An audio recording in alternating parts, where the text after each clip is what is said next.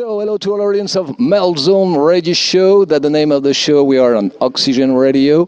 We are at the MUSCADEATH for the 21 edition. Yeah, 21 edition. Yeah, 21 edition of the MUSCADEATH at VALLET. So we are with a band coming from Netherlands. We are with GOD DETHRONED. Thank you for taking time to answer some questions. Can you first introduce each of you to our audience? All right. I'm Dave. I'm the guitarist. I'm Henry. I'm the singer and guitar player. And bonjour, Métal Zone. Je suis Jérôme. I'm the bass player. Je m'appelle Frank. Je suis le batteriste. Oui? Yeah, oui. Batteur. Yeah. So we have three Jerome here. Because my name is Jerome and his name is Jerome too, and you are. Yeah, okay. So, okay, bye-bye. Thank you. Okay, so on France. Oh, Frank. Frank from France. No, Frankrijk. Yeah, Frankrijk. Okay, so on December last year, you released a new music video, Asmodeath. Yeah. It's actually Asmodeus. But what we did, we used the V because in Old Dutch, or actually in Old European language, they used the V instead of a U, because back then the U didn't exist. So we thought, okay, that looks cool. But now everybody makes a mistake and calls it Asmodeus. Yeah. But it is Asmodeus. Asmodeus. Yeah. Okay. But we will re-record the song for the new album. Yeah. Yeah, and then we will call it Asmodeus again, because we don't want this misunderstanding all the time. But yeah, it's a song about Asmodeus. And right now we are in the writing process of the new album. It will be finished pretty soon, probably. We will record it this year, and it will be out on Atomic Fire Records on June 28th next year. But there will be singles and videos before the release, and the first single will be out mid-April next year already. Okay. So yeah, go check it out. Yeah. Can you, about this new album you were talking about, can you tell us more about how you work on it and the composition, the process? Can you tell us more to our audience? Yeah, well, it's yeah, how to describe our writing process. It's usually we have a deadline and then we start writing songs, because under pressure, some kind of reason we work better, or at least I do. And so what we do, we collect riffs and ideas, and we try to put them together. And it usually starts slowly, because you have to, come up with something new, something fresh. And it starts slowly, but it goes faster and faster and faster. So, in the beginning you think, oh, we're never going to make the deadline. And in the end, it's going to be fine. So that's basically it. And it's always, when you have a creative mind, you don't have to put your mind into the time. Time will come for a creative song. And now we have one song, Asmodeus. A second song is already coming. And we know just in a short time all the other songs of the new album will be written. And those will be awesome killer songs, definitely. There's another addition is that we have talked a lot about the general direction for what the new songs have to be. And we've talked about it.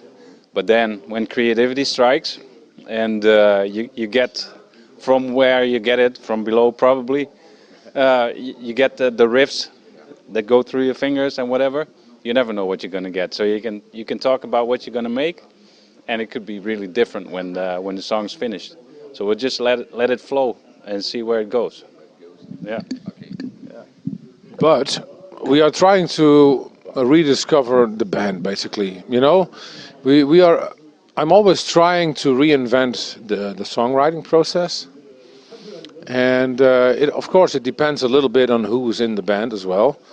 But we have great musicians in the band, as you probably know, and so I'm quite confident that we will get a lot of strong ideas to make a really strong album. Yeah. So it will come. Be patient a little bit. The new album is on its way. Your latest album, so your latest, was called Illuminati, was released in February 2020, 1 month before the beginning of the COVID period. Not easy to defend an album during a period of total lockdown. How did you manage the promotion of this album during this unprecedented period? Yeah, it was a very, very unlucky time. We were super unlucky because we went to a producer to do the mix. It was a guy who did one of the early Rammstein albums. So we thought that guy would be great for the new album, but he destroyed it completely. So I told him, this is not good. And then he did a new mix and it was still not good. It cost a lot of money, and then we had to go to another studio to do the mix again. Which meant that the album was delayed by at least 4 months. And of course, we didn't see COVID coming at that time. So the album was released in February 2020. We did a tour, we started the tour like a week within the release of the album, so that was good. But during the tour, it was already becoming apparent that we couldn't escape COVID. We just managed on that tour to stay ahead of the COVID and pandemic. But by the time we got back, it was like a week later, everything was shut down completely. So if you want to destroy an album, release it a week or a month before a pandemic. It's very frustrating. I mean, we're laughing about it now, but it's very, very frustrating because it was a lot of work, a lot of energy goes into it, and then you cannot promote it.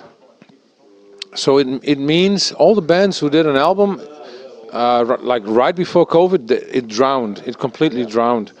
So we managed to get some songs across to the general public. Also tonight we will play some songs of the new album, or the Illuminati album at least, and those songs have been picked up by the larger audience, but the rest of the album, it just went down the drain. It's very, very frustrating, I can tell you. I agree. It's especially frustrating because it had a lot of potential, and we hit the charts of the US and Germany pretty much right away. Right, and the tour that we did was very good, and then afterwards, of course, everything went downhill for the whole world, basically, and we definitely felt that. So that adds to the frustration for sure. Yeah. And maybe in addition of it, after Corona conquered Europe, we kind of went on hiatus. We didn't feel inspired. All the lockdowns, it was not a good thing for us. I think for 1.5 years we didn't even play one show. I think in 2021 we had to play one show in Switzerland, and it was really a great one because we didn't play for 1.5 years after the Corona, and suddenly there came a show. And the thing is, and it's maybe one nice anecdote, we went on tour through Europe, and American bands like Exodus and Testament, they toured through Europe as well, and they were somehow 1 week behind us. 2 days. 2 days actually. Shut down completely. They got shut down because they were 2 days behind, and we were traveling in the right direction. We started going south first, and then we went up north, and that was our luck. Because the bands who came after us, like for 2 days, like Testament, they completely lost the whole tour. Yeah, and the thing is, we played a show somewhere in the Bologna area, and we went to, I think, the Czech Republic, Poland. And in Poland, we received text message like the Corona is there, and we were like, what the fuck? This is something like a bad flu or something. And then later on, we heard that the guys from Testament and Exodus, they all got COVID. And okay, we came home coughing, sick like hell, but we didn't have COVID anyway. Excellent. Yeah, I suppose it was the right word is frustration. Yeah, right, for frustration. Okay. Yeah, merde. Merde. C'est merde.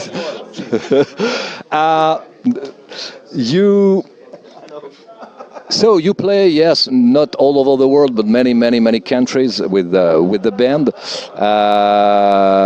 Is there something you would like to achieve? Oh yeah, we still want to conquer the world.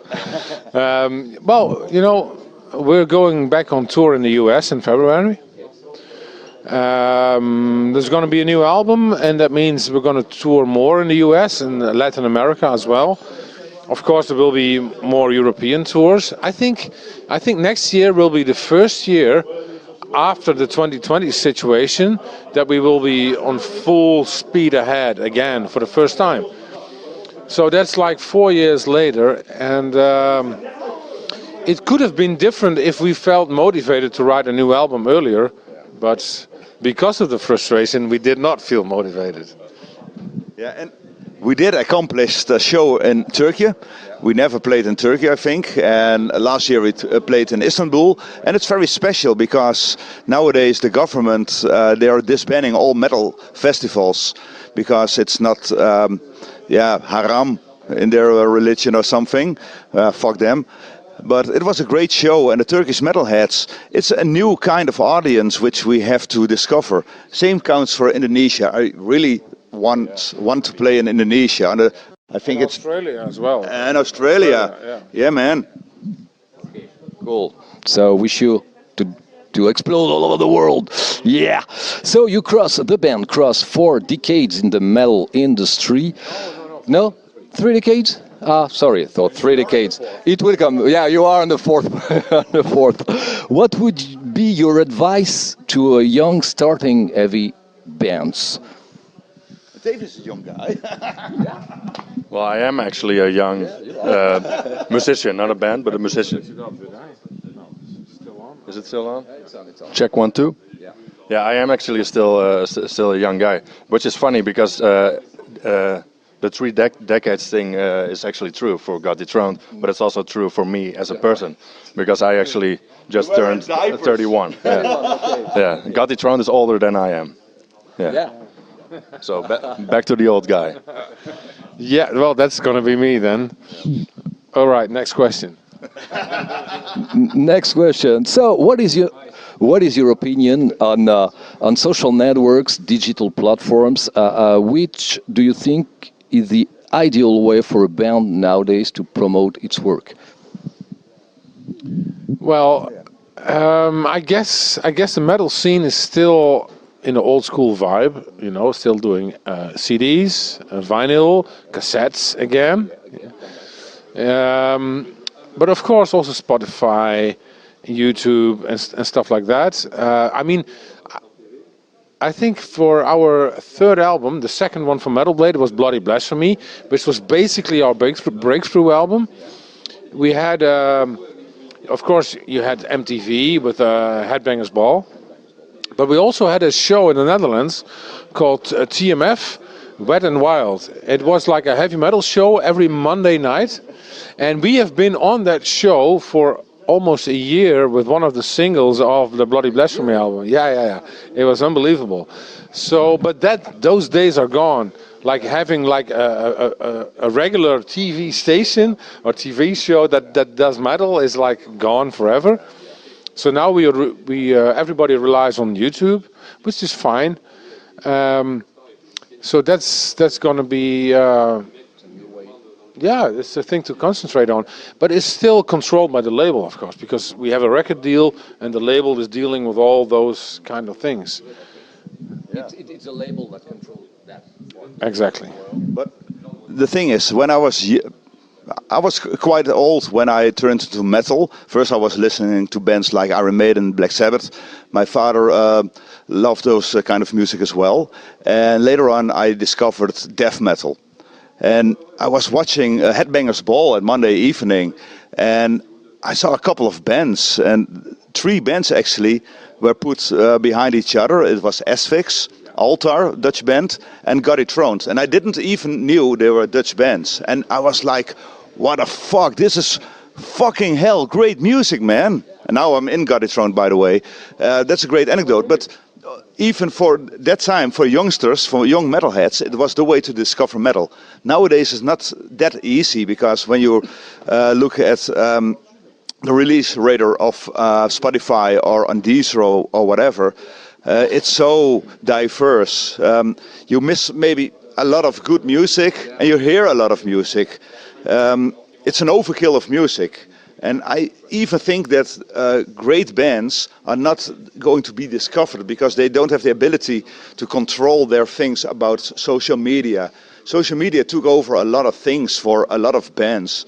And the metal scene is woven with the old school traditional stuff, wearing t-shirts in public, and the new school stuff like putting things on social media. So it's a difficult thing to be in. Yeah, of course there's multiple ways to look at it because of course in the old days when there was a select offering on television shows, you know, like the metal shows and the few radio shows that still were there. You see fewer bands, you hear fewer bands, and then you become a fan of what you like, you know.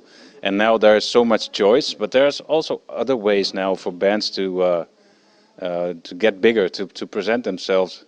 I mean, a totally different example, not old school, is the Sleep Token thing, because I heard they got huge because of TikTok, because people started using their music on their TikTok clips, and everybody was like, what's this music? And then suddenly this band is huge, and the old school fans never heard of it before, until they suddenly showed up, you know. So it is also a new way of discovering music. A great opportunity to reveal your music onto the world. Yeah, but a different way. Yeah. Okay, thank you. Now, looking back to your childhood, in which musical environment did you grow up? Was there music at home? Maybe parents, sister, brothers plays instruments. Tell us more about. Yeah, that's interesting. For me, it's actually really simple. I didn't. Nobody in my family really plays an instrument. I'm actually kind of the outsider in the family when it comes to that. But I remember sitting in the car with my dad, and we listened to Live aus Berlin from Rammstein, the live album. And that was for me that was the moment where, yeah, I kind of knew like, okay, this is what I want to do. Yeah. And then immediately I started learning guitar, learning the riffs from like Rammstein. That for me that was the start. Yeah, for sure. Well, for me, basically the same. I'm also the outsider in the family. My parents listen to shit music. But you know, I met a guy at school and he listened to a lot of metal, and he gave me a tape. On the A side was, I think, Kill 'Em All by Metallica, and on the B side was the debut album of Slayer. And I had to get used to it, but it was so fascinating, I couldn't stop listening to it. So, and then I became a fan of Iron Maiden.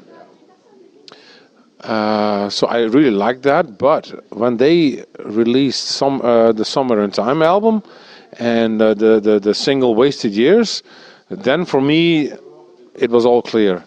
This was the journey I was going to take in my life. Of course, I'm playing death metal, not heavy metal, but it doesn't matter. It came out of the love for metal music in general. Yeah, so. Well, being outsider, I was a little bit outsider on school, so I was not listening to Michael Jackson or Madonna or something. I thought it was awful music, but my father, he had a huge Kenwood stereo tower, and he had some boxes of LPs with mainly 70s rock and blues music.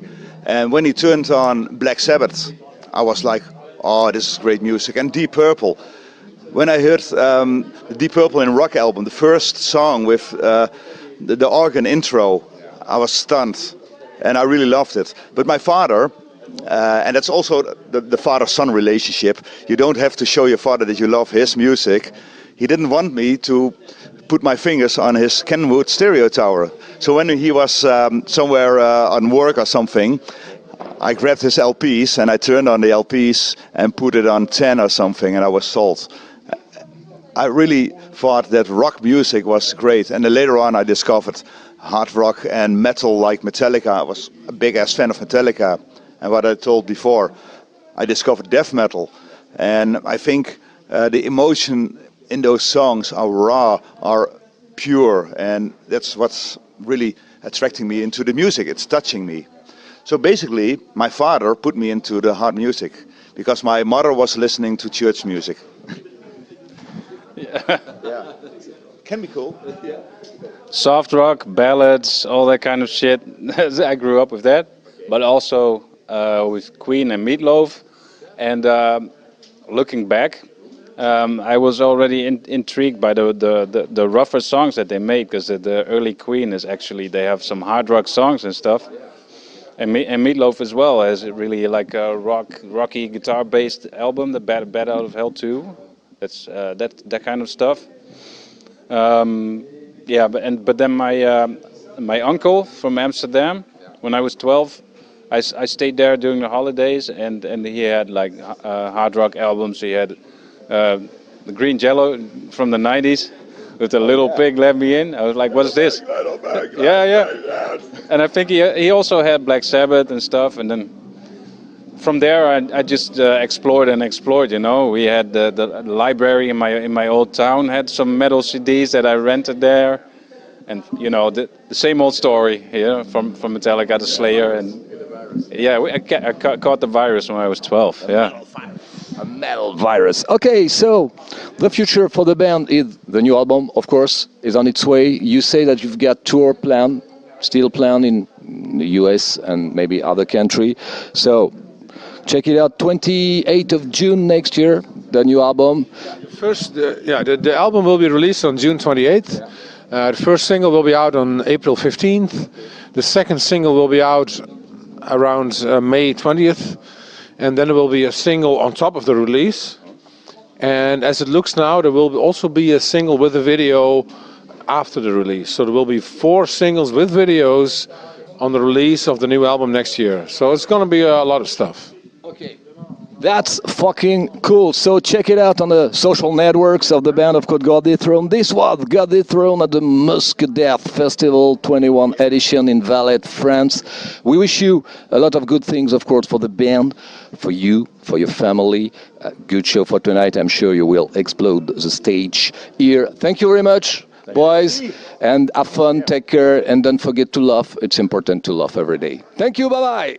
Bye.